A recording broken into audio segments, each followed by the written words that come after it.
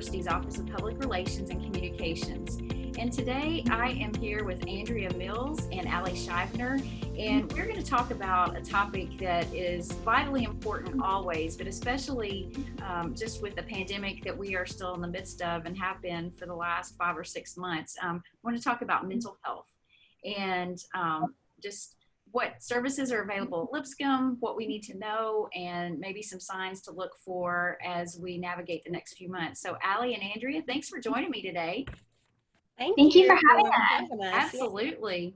So Andrea, I know that you've been at Lipscomb for a while, and before we really get started on our conversation, I would just love, for you to tell us a little bit about just your background. And you've stepped into this director role over the summer, I guess, or back in May maybe, and to tell us a little bit about Allie, because Allie's brand new.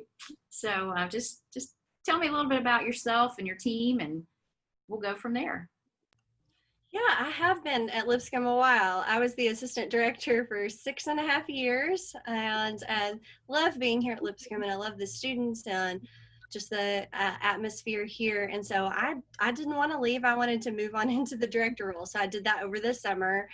And in all of that time, those 6.5 years, I guess, I started my PhD in counselor education and supervision, and I'm teaching death and dying. So I've been doing that for a while, but I'll continue doing that. And we're building a really great team. Frank Scott retired and Karen Morgan retired. And so Allie came on as our new intake counselor, and she is just awesome. She comes to us from Mercy Multiplied, and where she was doing some residential work there. But long time ago, she's a Lipscomb person too. She was a Lipscomb grad student in the counselor program, the clinical mental health program. And then she was one of our interns a little over 5 years ago. So I've known Allie for a while, and she considers herself a Lipscomb girl as well. Well, absolutely. Well, that's awesome. So Allie, I'll start with you. So obviously we're in a very unusual season with COVID.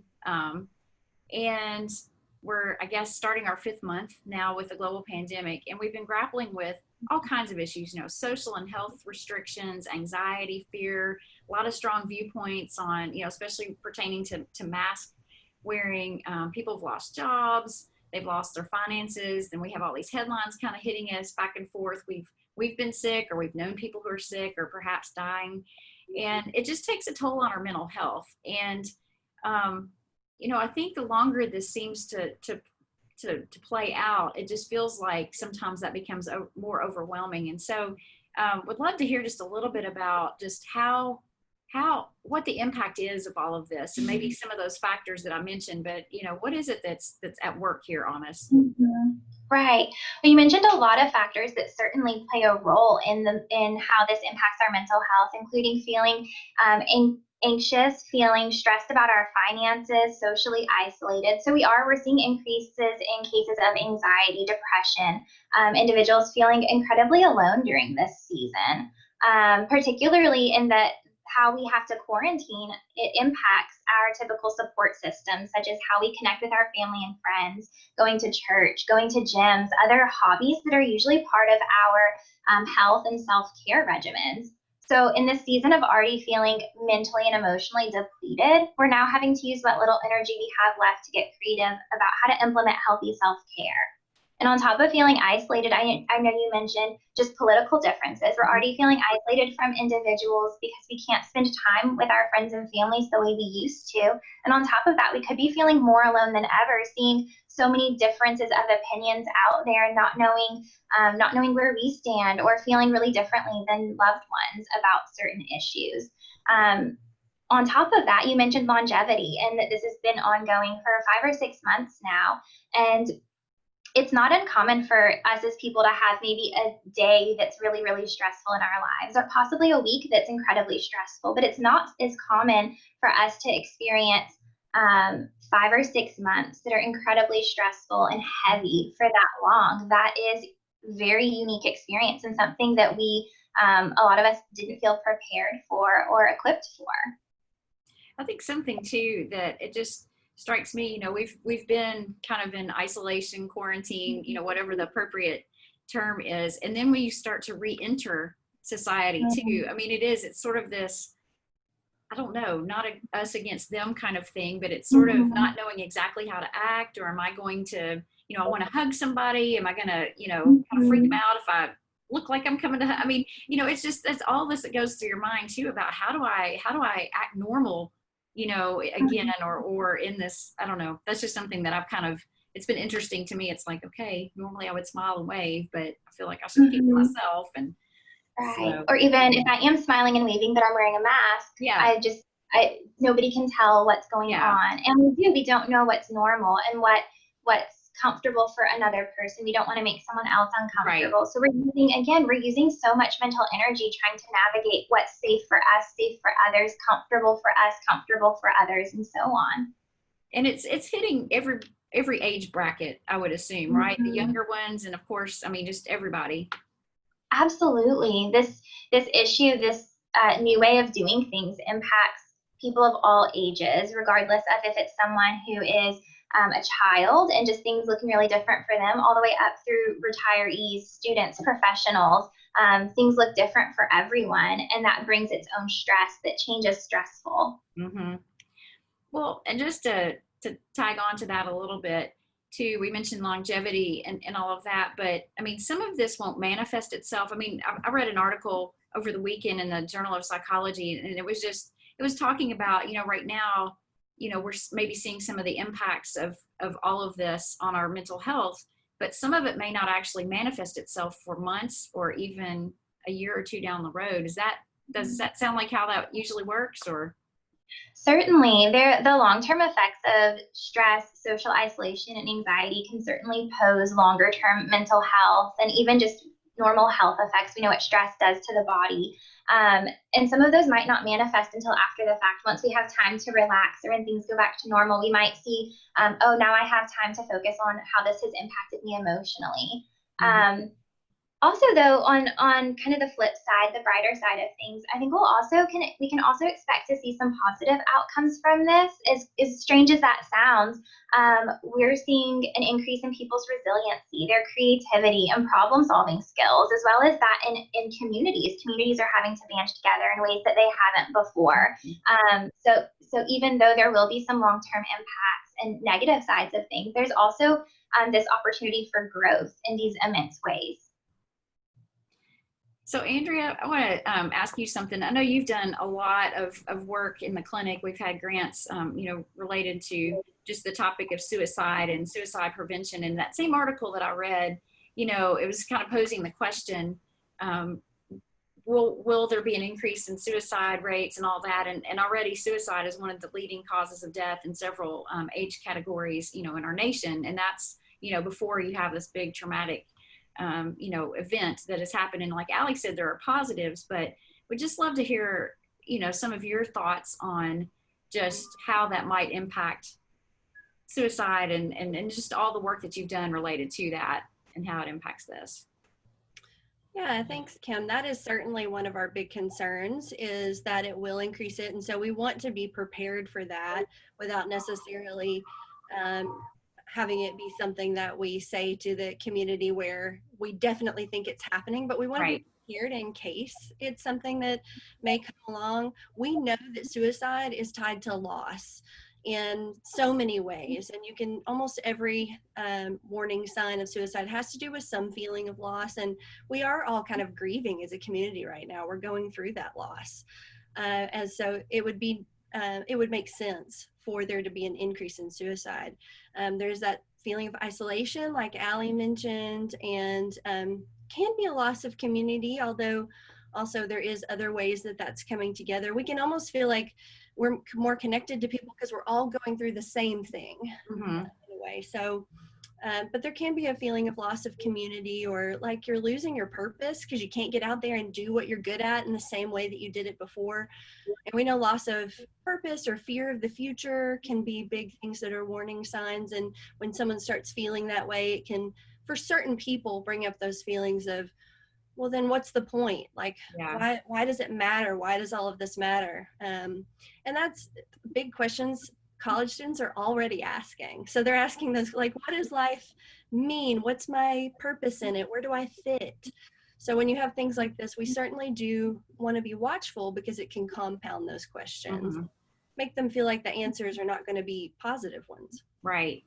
Well, in addition to maybe listening to some of what they're saying and the questions they're asking, are there other warning signs that, maybe it's not suicidal ideation, but maybe just to really, maybe somebody needs to go talk to somebody because they seem to be depressed. What are some signs that just we all can be looking for?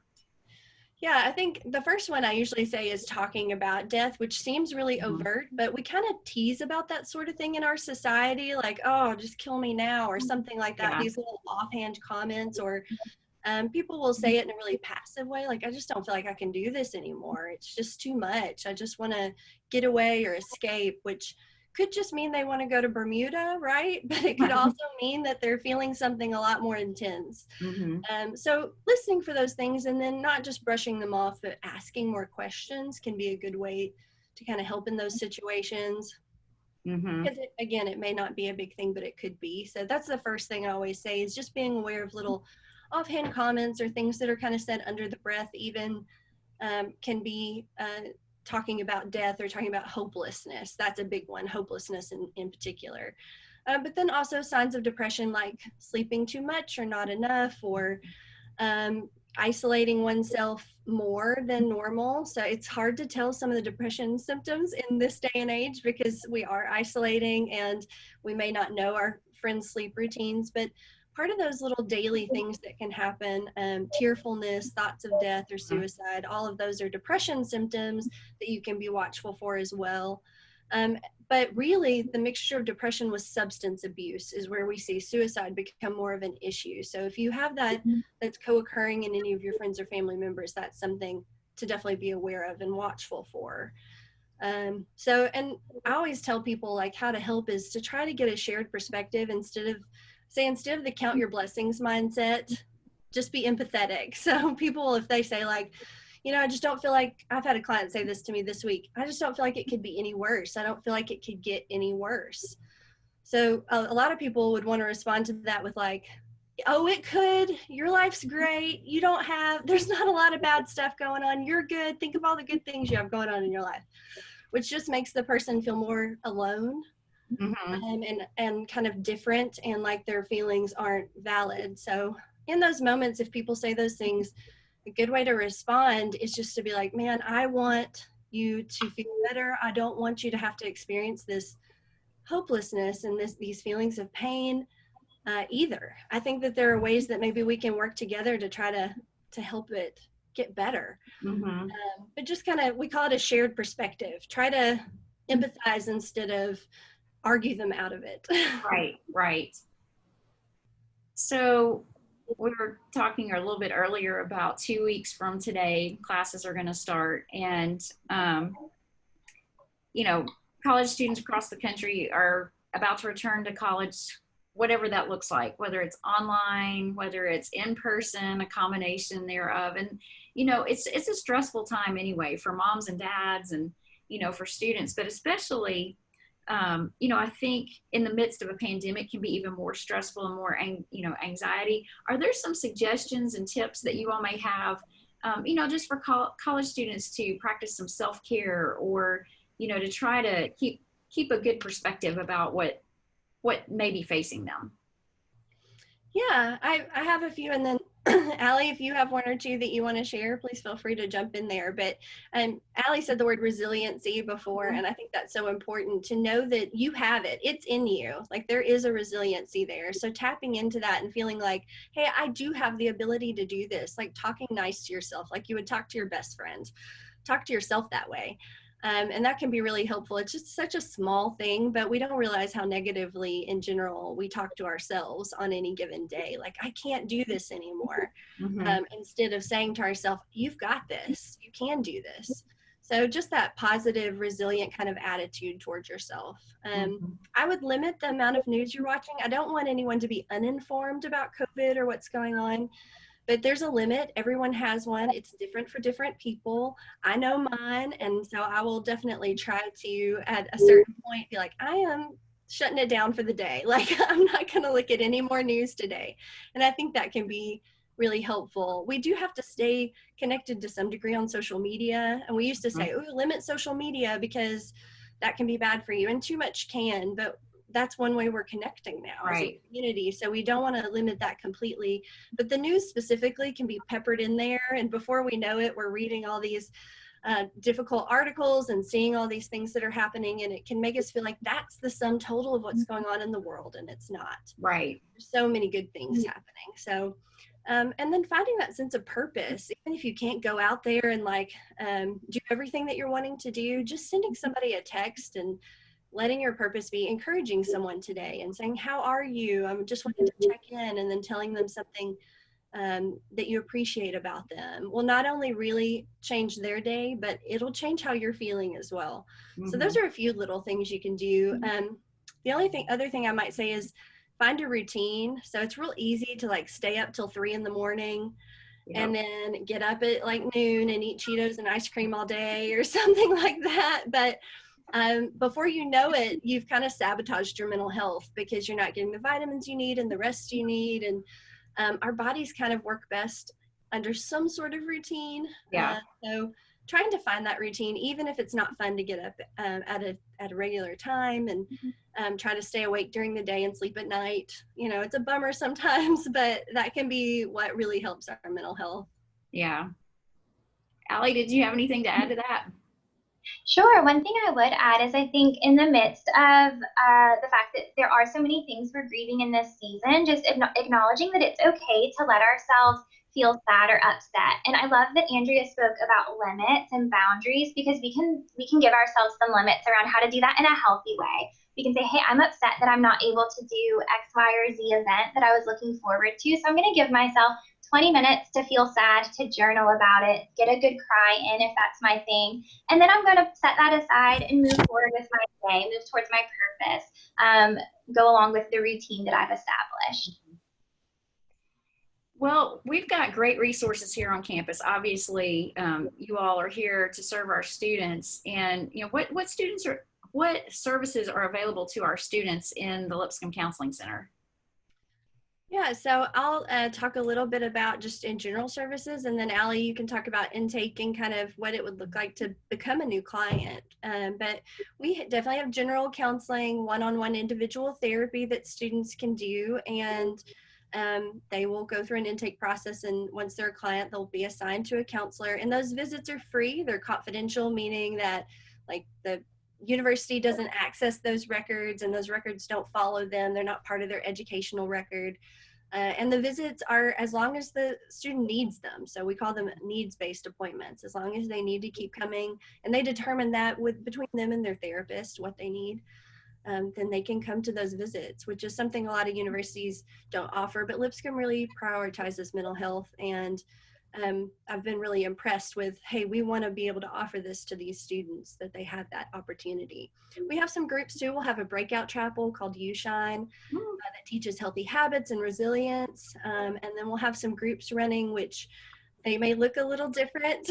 They may be over Zoom. We're still working out the details of that, but those details will go out in the student life emails. So just be watchful for which groups and where, and what the format is going to be. And how can they connect, Allie? Yeah, so any student who's interested in the counseling services we offer can go to lipscomb.edu/counseling, or on their My Lipscomb page, they can go under the resources tab to find the web request form. They'll fill out the web request form, and then they'll expect to hear from me to schedule an intake session where I'll talk about their specific needs for counseling, what they may be struggling with, and pair them with a counselor who can meet those needs as well as meet their scheduling availability. That's awesome. And it's lipscomb.edu/counseling center. Counseling center, right.